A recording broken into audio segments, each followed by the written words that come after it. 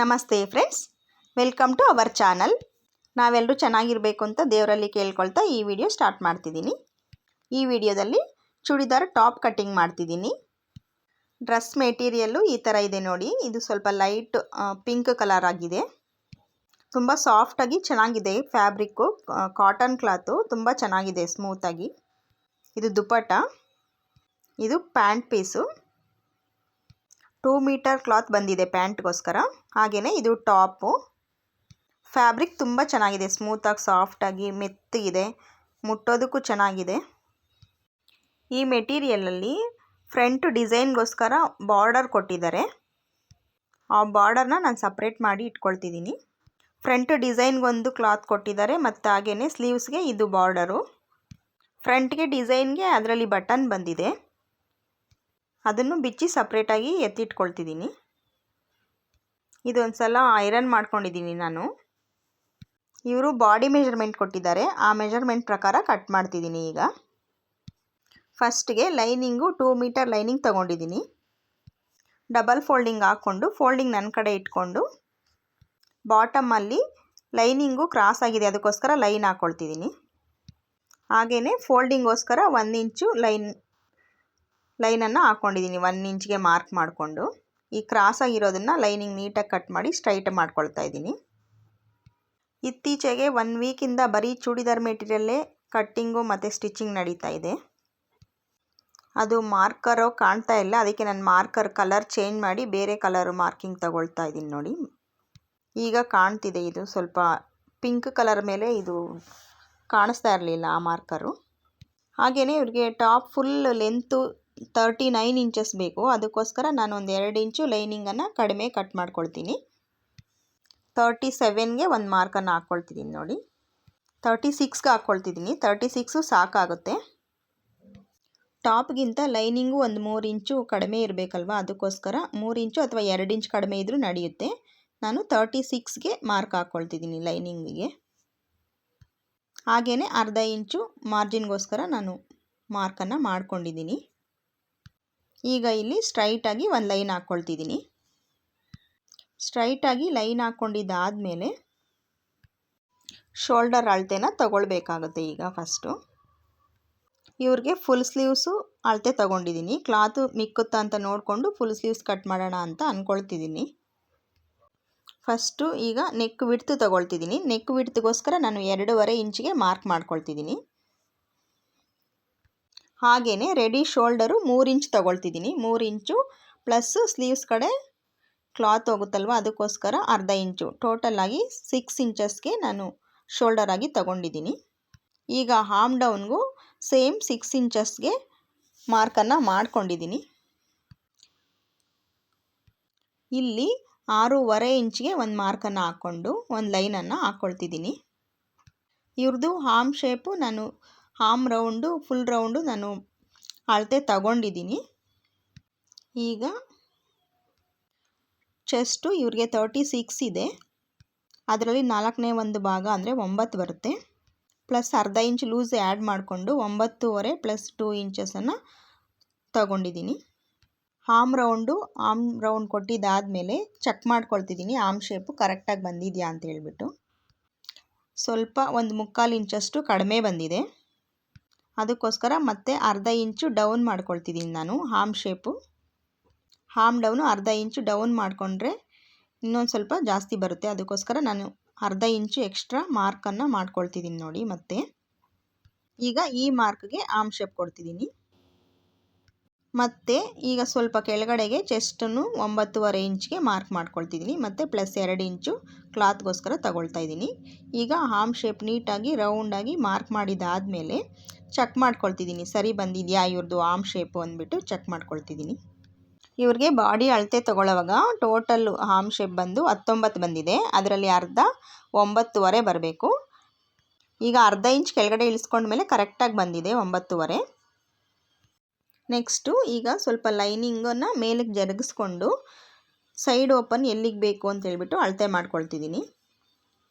Side open ಎಷ್ಟಕ್ಕೆ ಬೇಕು ಅಂತ ಹೇಳ್ಬಿಟ್ಟು ಇವ್ರಿಗೆ ಅಳತೆ ತೊಗೊಳ್ಳೋವಾಗ ನಾನು ಅಳತೆ ತೊಗೊಂಡಿದ್ದೀನಿ. ಶೋಲ್ಡರ್ ಹತ್ರದಿಂದ ಕೌಂಟ್ ಮಾಡಿಕೊಂಡ್ರೆ 21 ಇಂಚಸ್ಗೆ ಇವ್ರಿಗೆ ಸೈಡ್ ಓಪನ್ ಬೇಕು. 21 ಇಂಚಸ್ಸು, ಮೇಲೆ ಅರ್ಧ ಇಂಚು ಬಿಟ್ಟು ತೊಗೊಂಡಿದ್ದೀನಿ. ಇದು ಕಸ್ಟಮರ್ಗೆ ಎಷ್ಟಕ್ಕೆ ಓಪನ್ ಬೇಕು ಅನ್ನೋದ್ರ ಮೇಲೆ ಡಿಪೆಂಡ್ ಆಗುತ್ತೆ ಅಳತೆ. ಇದು ಕೆಲವರು ಕೆಳಗಡೆ ಕೇಳ್ತಾರೆ ಸ್ವಲ್ಪ, ಕೆಲವರು ಸ್ವಲ್ಪ ಮೇಲಕ್ಕೆ ಕೇಳ್ತಾರೆ. ಹಾಗಾಗಿ ಇವರು 21 ಇಂಚಸ್ ಕೇಳಿರೋದ್ರಿಂದ ನಾನು ಮೇಲೆ ಅರ್ಧ ಇಂಚು ಮತ್ತು ಕೆಳಗಡೆ ಅರ್ಧ ಇಂಚು ಎಕ್ಸ್ಟ್ರಾ ತೊಗೊಂಡು 22ಗೆ ಮಾರ್ಕ್ ಹಾಕ್ಕೊಂಡಿದ್ದೀನಿ. ಈಗ ಸೈಡ್ ಓಪನ್ಗೂ ಮತ್ತು ಹಾಮ್ ಶೇಪ್ ಕೊಟ್ವಲ್ಲ ಅದೆರಡಕ್ಕೂ ಮಧ್ಯೆ ವೇಸ್ಟ್ ತೊಗೊಳ್ತಿದ್ದೀನಿ. ಹಾಗೆಯೇ ಸೈಡ್ ಓಪನ್ ಹತ್ರ ವಿಡ್ತು ಎಷ್ಟು ಬೇಕು ಅಂತ ಹೇಳ್ಬಿಟ್ಟು ನಾನು ಅಳತೆ ತೊಗೊಂಡಿದ್ದೀನಿ.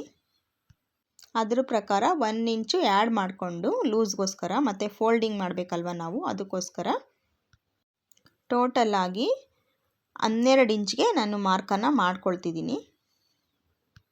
12 ಇಂಚು ಮಾರ್ಕ್ ಮಾಡಿಕೊಂಡ್ರೆ ನಾವು ಫೋಲ್ಡ್ ಮಾಡೋ ಅಷ್ಟರಲ್ಲಿ ಅವ್ರಿಗೆ ರೆಡಿ ಕರೆಕ್ಟಾಗಿ ಬರುತ್ತೆ. ಅದಕ್ಕೋಸ್ಕರ 12 ಇಂಚ್ಗೆ ನಾನು ಮಾರ್ಕನ್ನು ಮಾಡ್ಕೊಳ್ತಿದ್ದೀನಿ.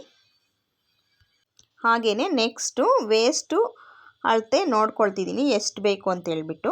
ಇವ್ರಿಗೆ ವೇಸ್ಟ್ ಬಂದು 9 ಇಂಚು ಬೇಕು ರೆಡಿ. 9 ಇಂಚಿಗೆ ಒಂದು ಮಾರ್ಕ್ ಹಾಕ್ಬಿಟ್ಟು 2 ಇಂಚು ಕ್ಲಾತ್ಗೋಸ್ಕರ ಮಾರ್ಕನ್ನು ಹಾಕ್ಕೊಳ್ತಿದ್ದೀನಿ. ಈಗ ಈ ಮಾರ್ಕ್ ಮಾಡಿರೋ ಪಾಯಿಂಟ್ಸ್ನೆಲ್ಲ ಸೇರಿಸ್ತಾ ಲೈನನ್ನು ಹಾಕ್ಕೊಳ್ತಿದ್ದೀನಿ. ರೆಡಿ ಎಲ್ಲಿಗೆ ಬೇಕು ಅನ್ನೋದನ್ನು ನಾನು ಮಾರ್ಕಿಂಗಲ್ಲಿ ತೋರಿಸ್ತಿದ್ದೀನಿ ನೋಡಿ. ಸ್ವಲ್ಪ ಒಂದು ಅರ್ಧ ಇಂಚು ಲೂಸ್ ಇಟ್ಕೊಂಡೇ ಮಾರ್ಕಿಂಗನ್ನು ಮಾಡಿದ್ದೀನಿ. ಈಗ ಬಾಟಮಲ್ಲಿ ಗೋಲ್ ಎಷ್ಟು ಬೇಕು ಅಂತ ಹೇಳ್ಬಿಟ್ಟು ನೋಡಿಕೊಂಡು ಮಾರ್ಕನ್ನು ಮಾಡ್ಕೊಳ್ತಿದ್ದೀನಿ. 13 ಇಂಚಿಗೆ ನಾನು ಮಾರ್ಕನ್ನು ಮಾಡ್ಕೊಳ್ತಿದ್ದೀನಿ. 13 ಇಂಚು ಸಾಕಾಗುತ್ತೆ ಇವರಿಗೆ ನೋಡಿ. ಈಗ ಗೋಲ್ಗೂ ಲೈನನ್ನು ಹಾಕ್ಕೊಳ್ತಿದ್ದೀನಿ. ಸೈಡ್ ಓಪನ್ ಹತ್ರದಿಂದ ಸ್ಟ್ರೈಟಾಗಿ ಸ್ವಲ್ಪ ಕ್ರಾಸಾಗಿ ಬರುತ್ತೆ ಇದು ನೋಡಿ. ಸೈಡ್ಸು ಫುಲ್ಲು ಮಾರ್ಕಿಂಗ್ ಕಂಪ್ಲೀಟ್ ಆಯಿತು. ಈಗ ಸೈಡ್ ಓಪನ್ ಎಲ್ಲಿಗೆ ಬೇಕು ಅನ್ನೋದು ಮತ್ತು ವೇಸ್ಟ್ ಪಾಯಿಂಟ್ ಯಾವುದು ಅಂತ ಹೇಳ್ಬಿಟ್ಟು ಮಾರ್ಕನ್ನು ಹಾಕ್ಕೊಳ್ತಿದ್ದೀನಿ. ಇಷ್ಟಾದಮೇಲೆ ಫ್ರಂಟ್ ನೆಕ್ಕು ತಗೊಳ್ಬೇಕು. ಫ್ರಂಟ್ ನೆಕ್ ಡೀಪು ಇವರಿಗೆ 6.5 ಇಂಚ್ ಬೇಕು. 6.5 ಇಂಚ್ಗೆ ಅರ್ಧ ಇಂಚ್ ಆ್ಯಡ್ ಮಾಡಿಕೊಂಡು 7 ಇಂಚ್ಗೆ ನಾನು ಮಾರ್ಕನ್ನು ಮಾಡ್ಕೊಳ್ತಿದ್ದೀನಿ. ಫ್ರಂಟು ಇವ್ರಿಗೆ ಸ್ಕ್ವೇರ್ ನೆಕ್ ಕೊಡೋಣ ಅಂದ್ಕೊಳ್ತಿದ್ದೀನಿ. ಹಾಗೆಯೇ ನೆಕ್ ಬ್ರಾಡು 2.25 ಇಂಚ್ಗೆ ತೊಗೊಂಡಿದ್ದೀನಿ. ಈಗ ಇಲ್ಲಿ 2.25 ಇಂಚ್ಗೆ ಮಾರ್ಕ್ ಮಾಡಿದ್ದೀನಲ್ವ, ಆ ಲೈನು ಸ್ಟ್ರೈಟಾಗಿ ಹಾಕ್ಕೊಂಡು ನೆಕ್ ವಿಡ್ತು 2.5 ಹಾಕ್ಕೊಂಡಿದ್ದೀನಲ್ವ, ಅಲ್ಲಿಗೆ 1/4 ಇಂಚು ಒಳಗಡೆಗೆ ಲೈನನ್ನು ಹಾಕ್ಕೊಂಡಿದ್ದೀನಿ. ಈಗ ನೋಡಿ ಮಾರ್ಕಿಂಗು ಫುಲ್ ಕಂಪ್ಲೀಟ್ ಆಯಿತು. ಚೂಡಿದಾರ ಟಾಪ್ ಮಾರ್ಕಿಂಗು ಯಾವ ರೀತಿ ಮಾರ್ಕನ್ನು ಮಾಡಿದ್ದೀನಿ ಅಂತ ತೋರಿಸ್ತಿದ್ದೀನಿ. ಬಿಗಿನರ್ಸ್ಗೆ ಯೂಸ್ ಆಗುತ್ತೆ ಅಂದ್ಬಿಟ್ಟು ಈ ವಿಡಿಯೋ ಶೇರ್ ಮಾಡ್ತಿದ್ದೀನಿ. ಈಗ ಫ್ರಂಟ್ ಹಾಮ್ ಶೇಪು ಒಂದು ಅರ್ಧ ಇಂಚಷ್ಟು ಶೇಪನ್ನು ಕೊಡ್ತಿದ್ದೀನಿ ಫ್ರಂಟ್ಗೋಸ್ಕರ. ಈಗ ಫಸ್ಟು ಫ್ರಂಟ್ ನೆಕ್ಕನ್ನು ಕಟ್ ಮಾಡ್ಕೊಳ್ತಿದ್ದೀನಿ. ನೆಕ್ಕು ಸ್ಟಿಚ್ ಮಾಡಬೇಕಾದ್ರೆ ನಾನು ಫ್ಯೂಸಿಂಗ್ ಹಾಕಿ ಸ್ಟಿಚ್ ಮಾಡ್ತೀನಿ. ಫ್ರಂಟು ಸ್ಕ್ವೇರ್ ನೆಕ್ಕು ಮತ್ತು ಬ್ಯಾಕ್ಗೆ ರೌಂಡ್ ನೆಕ್ಕೆ ಕೊಡ್ತಿದ್ದೀನಿ. ರೌಂಡ್ ನೆಕ್ಕು ಡೀಪು 6.5 ತೊಗೊಂಡಿದ್ದೀನಿ. ರೌಂಡು ನೀಟಾಗಿ ಕಟ್ ಮಾಡ್ಕೊಳ್ತಿದ್ದೀನಿ. ಈ ವಿಡಿಯೋ ಶೇರ್ ಮಾಡೋ ಅಷ್ಟರಲ್ಲಿ ಈ ಡ್ರೆಸ್ಸು ಸ್ಟಿಚಿಂಗ್ ಕಂಪ್ಲೀಟ್ ಆಗಿತ್ತು.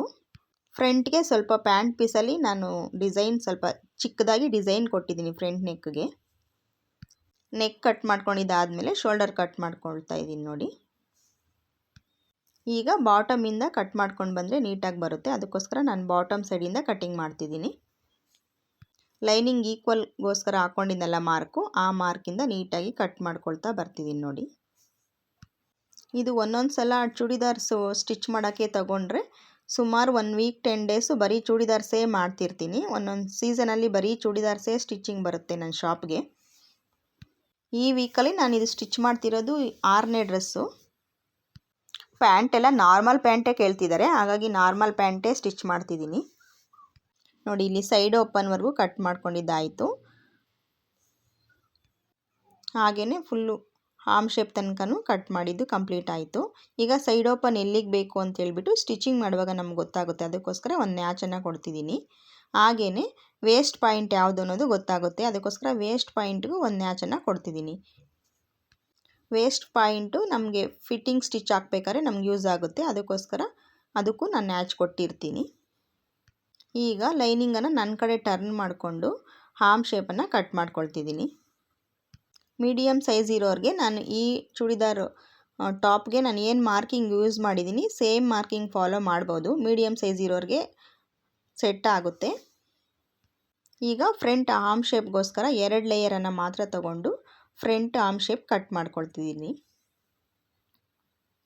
ಮೆಜರ್ಮೆಂಟ್ಸು ಸ್ವಲ್ಪ ಹೆಚ್ಚು ಕಡಿಮೆ ಅವ್ರ ಬಾಡಿ ಅಳತೆಗೆ ನೋಡಿಕೊಂಡು ಚೇಂಜ್ ಮಾಡಿದ್ರೂ ಪರವಾಗಿಲ್ಲ, ಒಂದು ಅರ್ಧ ಇಂಚಷ್ಟು. ಈಗ ನೋಡಿ ಚೆಸ್ಟ್ ಪಾಯಿಂಟ್ಗೂ ಒಂದು ನ್ಯಾಚ್ ಕೊಡ್ತಿದ್ದೀನಿ. ನೋಡಿ ಟಾಪ್ಗೆ ಲೈನಿಂಗ್ ಕಟ್ಟಿಂಗು ಕಂಪ್ಲೀಟ್ ಆಯಿತು. ಇನ್ನು ಸ್ಲೀವ್ಸ್ಗೆ ಲೈನಿಂಗ್ ಇಲ್ಲ, ವಿತೌಟ್ ಲೈನಿಂಗ್ ನಾನು ಕಟ್ ಮಾಡ್ತಿದ್ದೀನಿ, ಫುಲ್ ಸ್ಲೀವ್ಸ್ ಆಗಿರೋದ್ರಿಂದ. ಇನ್ನು ಚೂಡಿದಾರ್ ಮೆಟೀರಿಯಲಲ್ಲಿ 4 ಫೋಲ್ಡಿಂಗ್ ಹಾಕ್ಕೊಂಡು ಚೂಡಿದಾರ್ ಟಾಪ್ನ ಲೈನಿಂಗ್ ಇಟ್ಬಿಟ್ಟು ಒಂದು 4 ಇಂಚಷ್ಟು ಎಕ್ಸ್ಟ್ರಾ ಕ್ಲಾತು ಮಾರ್ಕ್ ಮಾಡಿಕೊಂಡು ಎಷ್ಟು ಲೆಂತ್ ಬೇಕು ಅಂತ ಹೇಳ್ಬಿಟ್ಟು ನೋಡಿಕೊಂಡು ಕಟ್ಟಿಂಗನ್ನು ಮಾಡ್ಕೊಳ್ತಿದ್ದೀನಿ. ಇದು ಚೂಡಿದಾರ್ ಟಾಪ್ ಪೀಸು ದೊಡ್ಡದಾಗೆ ಬಂದಿದೆ, ಲೆಂತ್ ಎಲ್ಲ ಸಾಕಾಗ್ತಾ ಇದೆ, ಶಾರ್ಟೇಜ್ ಏನು ಆಗ್ತಾ ಇಲ್ಲ.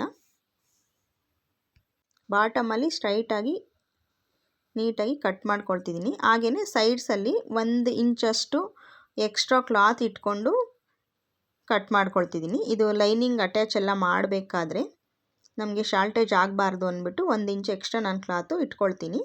ಲೈನಿಂಗ್ ಅಟ್ಯಾಚ್ ಎಲ್ಲ ಕಂಪ್ಲೀಟ್ ಆದಮೇಲೆ ನೀಟಾಗಿ ಕಟ್ ಮಾಡ್ತೀನಿ ಅದನ್ನು. ನೋಡಿ ಫುಲ್ ಸ್ಲೀವ್ಸ್ಗೂ ಕ್ಲಾತು ಉಳಿತಾ ಇದೆ, ಫುಲ್ ಸ್ಲೀವ್ಸೇ ನಾನು ಕಟ್ ಮಾಡಿದ್ದೀನಿ. ಇಲ್ಲಿ ಆರ್ಮ್ ಶೇಪ್ ಹತ್ರ ನಾನೇನು ಶೇಪ್ ತೆಗಿಯಲ್ಲ, ಹಾಗೇ ಕಟ್ ಮಾಡ್ಕೊಳ್ತೀನಿ ಸ್ಟ್ರೈಟಾಗೇ. ಲೈನಿಂಗ್ ಅಟ್ಯಾಚ್ ಆದಮೇಲೆ ಕಟ್ ಮಾಡ್ತೀನಲ್ವ, ಅದಕ್ಕೋಸ್ಕರನೇ ಅಲ್ಲಿ ಆರ್ಮ್ ಶೇಪ್ ಎಲ್ಲ ತೆಗಿಯೋಕ್ಕೆ ಹೋಗಲ್ಲ. ಈಗ ನೋಡಿ ಲೈನಿಂಗು ಟಾಪ್ಸ್ ಕಟ್ಟಿಂಗ್ ಕಂಪ್ಲೀಟ್ ಆಯಿತು. ಇದು ಕಂಪಲ್ಸರಿ ಡಬಲ್ ಫೋಲ್ಡಿಂಗ್ ಹಾಕ್ಕೊಂಡಿರಬೇಕು, 2 ಪೀಸ್ ಬೇಕು ನಮಗೆ, 2 ಪೀಸ್ ಸಿಗಬೇಕು, ಆ ರೀತಿ ಕ್ಲಾತನ್ನು ಹಾಕ್ಕೊಂಡಿರಬೇಕಾಗುತ್ತೆ. ಈಗ ನೋಡಿ ಇಲ್ಲಿ ಫೋಲ್ಡಿಂಗ್ ಇರುತ್ತಲ್ವ, ಈ ಫೋಲ್ಡಿಂಗ್ನ ನಾನು ಸಪ್ರೇಟಾಗಿ ಕಟ್ ಮಾಡ್ಕೊಳ್ತಿದ್ದೀನಿ. ಇದು ಕ್ಲಾತು ನಾನು ಉದ್ದುದ್ದವಾಗಿ ತೊಗೊಂಡಿದ್ದೀನಿ, ಬೇಕಾದ್ರೆ ಫ್ಯಾಬ್ರಿಕ್ ಅಡ್ಡಡ್ಡವಾಗೂ ತೊಗೋಬೋದು, ಉದ್ದುದ್ದಕ್ಕೆ ತೊಗೊಂಡ್ರೆ ಚೆನ್ನಾಗಿ ಕಾಣುತ್ತೆ ಅಂದ್ಬಿಟ್ಟು ನಾನು ಉದ್ದಕ್ಕೆ ತೊಗೊಂಡಿದ್ದೀನಿ. ಹಾಗೆಯೇ ಮಧ್ಯಕ್ಕೆ ನ್ಯಾಚ್ ಕೊಟ್ಟು ಇಡ್ತಾ ಇದ್ದೀನಿ. ಇದು ಟಾಪ್ ಸೈಡ್ ಅಂತ ಗೊತ್ತಾಗುತ್ತೆ ನಮಗೆ ನ್ಯಾಚ್ ಕೊಟ್ಟಿದ್ರೆ, ಅದಕ್ಕೋಸ್ಕರ ಮಧ್ಯಕ್ಕೊಂದು ನ್ಯಾಚ್ ಕೊಟ್ಟಿದ್ದೀನಿ. ನೋಡಿ ಬಾಡಿ ಪಾರ್ಟು ಕಟ್ಟಿಂಗ್ ಕಂಪ್ಲೀಟ್ ಆಯಿತು. ಈಗ ಸ್ಲೀವ್ಸ್ಗೋಸ್ಕರ ಕ್ಲಾತನ್ನು 4 ಫೋಲ್ಡಿಂಗ್ ಹಾಕ್ಕೊಳ್ತಿದ್ದೀನಿ. ಇವ್ರಿಗೆ ಸ್ಲೀವ್ಸ್ ಲೆಂತು 16 ಇಂಚಸ್ ಕೇಳಿದ್ದಾರೆ, ಒಂದು 1/2 ಇಂಚ್ ಕಡಿಮೆ ಬರ್ತಿದೆ ಅಷ್ಟೇ ಲೆಂತು. ನೋಡಿ ಕ್ಲಾತು ಕರೆಕ್ಟಾಗಿ 4 ಫೋಲ್ಡಿಂಗು ಪ್ಯಾಚ್ ಹಾಕ್ದೇ ಸಿಗ್ತಾ ಇದೆ. ಲೆಂತ್ ಚೆಕ್ ಮಾಡ್ಕೊಳ್ತಿದ್ದೀನಿ, 16.5 ಸಿಗ್ತಾ ಇದೆ. ಅದೇ ಸ್ಟಿಚಿಂಗ್ ಎಲ್ಲ ಕಂಪ್ಲೀಟ್ ಮಾಡೋ ಅಷ್ಟರಲ್ಲಿ 16 ಇಂಚಸ್ಸು ಒಂದು ಅರ್ಧ ಇಂಚು ಕಡಿಮೆ ಆಗುತ್ತೆ ಲೆಂತು, ಪರವಾಗಿಲ್ಲ. ಹಾಗೆಯೇ ವಿಡ್ತು ತೊಗೊಳ್ತಿದ್ದೀನಿ, 5.25 ಇಂಚು ವಿಡ್ತು ಬೇಕು ಸ್ಲೀವ್ಸ್ ವಿಡ್ತು, ಮತ್ತು 2 ಇಂಚು ಎಕ್ಸ್ಟ್ರಾ ಒಳಗಡೆಗೆ ಕ್ಲಾತ್ ತೊಗೊಳ್ತಿದ್ದೀನಿ. ಈಗ ಆರ್ಮ್ ಶೇಪ್ಗೋಸ್ಕರ ಮೇಲೆಯಿಂದ ಒಂದು 4 ಇಂಚಿಗೆ ನಾನು ಮಾರ್ಕನ್ನು ಮಾಡ್ಕೊಳ್ತಿದ್ದೀನಿ. ಆರ್ಮ್ ಡೌನ್ ಮಾಡಬೇಕಲ್ವ, ಅದಕ್ಕೋಸ್ಕರ ಮೇಲೆಯಿಂದ 4 ಇಂಚಿಗೆ ನಾನು ಮಾರ್ಕ್ ಮಾಡ್ಕೊಳ್ತಿದ್ದೀನಿ. ಆರ್ಮ್ ಶೇಪು ಆರ್ಮ್ ಡೌನ್ ಕೊಡೋದಕ್ಕೋಸ್ಕರ ಇದು ಒಂದು ಸಲ ಆರ್ಮ್ ಶೇಪ್ ಕೊಡೋದಕ್ಕೆ ಚೆಕ್ ಮಾಡ್ಕೊಳ್ತಿದ್ದೀನಿ. ಆರ್ಮ್ ಶೇಪು ಕೊಟ್ಟ ಮೇಲೆ ಎಷ್ಟು ಆರ್ಮ್ ರೌಂಡು ಬರುತ್ತೆ ನಮಗೆ ಅಂತೇಳ್ಬಿಟ್ಟು ಲೈಟಾಗಿ ಮಾರ್ಕ್ ಮಾಡಿಬಿಟ್ಟು ಚೆಕ್ ಮಾಡ್ತಿದ್ದೀನಿ. ಏನಾದರೂ ಚೇಂಜಸ್ ಇದ್ದರೆ ಇದು ಮಾಡಬೇಕಾದ್ರೇ ನಮಗೆ ಗೊತ್ತಾಗುತ್ತೆ ಚೇಂಜ್ ಮಾಡಬೇಕಾ ಅಂತೇಳ್ಬಿಟ್ಟು ಮೆಜರ್ಮೆಂಟ್ ಏನಾದರೂ. ನೋಡಿ ಈಗ 9.25 ಬೇಕಲ್ವ, 9.25ಗೆ ಒಂದು ಮಾರ್ಕ್ ಹಾಕ್ಕೊಂಡು 2 ಇಂಚ್ ಕ್ಲಾತ್ಗೆ ಒಳಗಡೆಗೆ ಒಂದು ಮಾರ್ಕನ್ನು ಹಾಕ್ಕೊಂಡಿದ್ದೀನಿ. ನಮಗೆ ರೆಡಿ ಸ್ಲೀವ್ ಇಷ್ಟು ಬೇಕು ಅಂತೇಳ್ಬಿಟ್ಟು ಮಾರ್ಕ್ ಹಾಕ್ತಿದ್ದೀನಿ. ಒಳಗಡೆ ಕ್ಲಾತ್ ಬಿಡೋದಕ್ಕೋಸ್ಕರ 2 ಇಂಚ್ ಎಕ್ಸ್ಟ್ರಾಗೆ ಒಂದು ಮಾರ್ಕ್ ಹಾಕಿದ್ದೀನಿ. ಈಗ ಇನ್ನೊಂದು ಸಲ ನೀಟಾಗಿ ಆರ್ಮ್ ಶೇಪನ್ನು ಕೊಡ್ತಿದ್ದೀನಿ. ನೋಡಿ ಇದು ಫ್ರಂಟ್ ಶೇಪು ಆರ್ಮ್ ಶೇಪು ಎರಡನ್ನೂ ಕೊಡ್ತಿದ್ದೀನಿ. ಫ್ರಂಟ್ ಶೇಪು ಅದೇ ಈಗ ಕಟ್ ಮಾಡೋ ಆಗಿಲ್ಲ, ನೆಕ್ಸ್ಟು ಕಟ್ ಮಾಡಬೇಕಾಗುತ್ತೆ, ಯಾಕಂದರೆ ಫೋಲ್ಡಿಂಗ್ ನಾನು ಆಪೋಸಿಟ್ ಹಾಕ್ಕೊಂಡಿಲ್ಲ. ನೋಡಿ ಸ್ಲೀವ್ಸು ಮಾರ್ಕಿಂಗು ಕಂಪ್ಲೀಟ್ ಆಯಿತು. ಈಗ ಇದು ಮಾರ್ಕ್ ಮಾಡಿದ ಪ್ರಕಾರನೇ ಕಟ್ ಮಾಡ್ಕೊಳ್ತಿದ್ದೀನಿ. ಇದು ಸ್ಲೀವ್ಸ್ಗೆ ಏನು ಲೈನಿಂಗ್ ಅವಶ್ಯಕತೆ ಇಲ್ಲ, ಕ್ಲಾತು ಮಂದವಾಗಿ ಚೆನ್ನಾಗಿದೆ, ಹಾಗಾಗಿ ನಾನು ಸ್ಲೀವ್ಸ್ಗೆ ಲೈನಿಂಗ್ ಕೊಡ್ತಾ ಇಲ್ಲ. ಹಾಗೆಯೇ ಸ್ಲೀವ್ಸ್ಗೆ ಪ್ಯಾಚ್ ಹಾಕಬೇಕಾದ ಅವಶ್ಯಕತೆಯೂ ಇಲ್ಲ, ಕ್ಲಾತು ಜಾಸ್ತಿನೇ ಇತ್ತು, ಹಾಗಾಗಿನೇ ನಾನು ದೊಡ್ಡದಾಗೆ ಕಟ್ ಮಾಡ್ಕೊಳ್ತಿದ್ದೀನಿ. ಈಗ ಸ್ಲೀವ್ಸ್ಗೆ ಸೆಂಟ್ರಿಗೆ ಒಂದು ನ್ಯಾಚನ್ನು ಕೊಡ್ತಿದ್ದೀನಿ ನೋಡಿ. ಹಾಗೆಯೇ ಆರ್ಮ್ ಶೇಪು ಎಲ್ಲಿಗೆ ಎಂಡ್ ಆಗುತ್ತೆ ಚೆಸ್ಟ್ ಪಾಯಿಂಟ್ಗೆ ಅಲ್ಲಿಗೂ ಒಂದು ನ್ಯಾಚನ್ನು ಕೊಡ್ತೀನಿ. ಈಗ ಫ್ರಂಟ್ ಶೇಪ್ ಕಟ್ ಮಾಡೋದಕ್ಕೋಸ್ಕರ ನಾನು ಅದು ಸ್ಲೀವ್ಸ್ನ ಓಪನ್ ಮಾಡಿ ಇಟ್ಕೊಂಡು ಆಪೋಸಿಟ್ ಹಾಕ್ಕೊಂಡು ಆಮೇಲೆ ಫ್ರಂಟ್ ಶೇಪನ್ನು ಕಟ್ ಮಾಡ್ತೀನಿ. ವಿಡಿಯೋದಲ್ಲಿ ತೋರಿಸ್ತಾ ಇರೋ ರೀತಿ ಹಾಕ್ಕೊಳ್ಬೇಕು. ಈ ರೀತಿ ಹಾಕ್ಕೊಂಡು ನೀಟಾಗಿ ಸ್ಪ್ರೆಡ್ ಮಾಡ್ಕೊಳ್ಬೇಕು. ಬಾಟಮಲ್ಲಿ ಈಕ್ವಲ್ ಆಗಿರೋ ಥರ ನೋಡಿಕೊಂಡು ನ್ಯಾಚು ಕರೆಕ್ಟಾಗಿದೆಯಾ ಅಂತೇಳ್ಬಿಟ್ಟು ಚೆಕ್ ಮಾಡ್ಕೊಳ್ಬೇಕಾಗುತ್ತೆ. ಇದು ಎಲ್ಲ ಕರೆಕ್ಟಾಗಿ ಇದೆ ಅಂತ ಚೆಕ್ ಮಾಡ್ಕೊಂಡಿದ್ದಾದಮೇಲೆ ಫ್ರಂಟ್ ಆರ್ಮ್ ಶೇಪನ್ನು ತೆಗಿಬೇಕು. ಇಲ್ಲಾಂದರೆ ಸ್ಲೀವ್ಸು ಸ್ವಲ್ಪ ಒಂದೊಂದು ಅಪ್ ಆ್ಯಂಡ್ ಡೌನ್ ಆಗಿಬಿಡುತ್ತೆ. ನೀಟಾಗಿ ಇಟ್ಕೊಂಡ್ರೆ ಅಪ್ ಆ್ಯಂಡ್ ಡೌನ್ ಆಗೋ ಚಾನ್ಸ್ ಇರೋದಿಲ್ಲ. ಈಗ ಫ್ರಂಟ್ಗೆ ಒಂದು ನ್ಯಾಚನ್ನು ಕೊಡ್ತಿದ್ದೀನಿ. ನೋಡಿ, ಸ್ಲೀವ್ಸು ಕಂಪ್ಲೀಟ್ ಆಯಿತು. ಇದು ಚೂಡಿದಾರ್ ಕಲರು ಚೆನ್ನಾಗಿದೆ, ಲೈಟ್ ಕಲರು, ತುಂಬ ಸಾಫ್ಟಾಗಿ ಚೆನ್ನಾಗಿದೆ ಫ್ಯಾಬ್ರಿಕ್ಕು. ಚೂಡಿದಾರ್ ಕಟ್ಟಿಂಗು ಕಂಪ್ಲೀಟ್ ಆಯಿತು. ಇನ್ನು ಈ ವಿಡಿಯೋ ಇಷ್ಟ ಆಗಿದ್ದರೆ ನಿಮಗೆ ಈ ವಿಡಿಯೋಗೆ ಒಂದು ಲೈಕ್ ಕೊಡಿ. ಹಾಗೆಯೇ ನಿಮ್ಮ ಅಭಿಪ್ರಾಯನ ಕಮೆಂಟ್ ಮೂಲಕ ತಿಳಿಸಿ. ಹಾಗೆಯೇ ನನ್ನ ಚಾನಲ್ನ ಸಬ್ಸ್ಕ್ರೈಬ್ ಮಾಡ್ಕೊಂಡು ಸಪೋರ್ಟ್ ಮಾಡಿ. Thanks for watching my video. Bye friends. ಜೈ ಶ್ರೀರಾಮ್.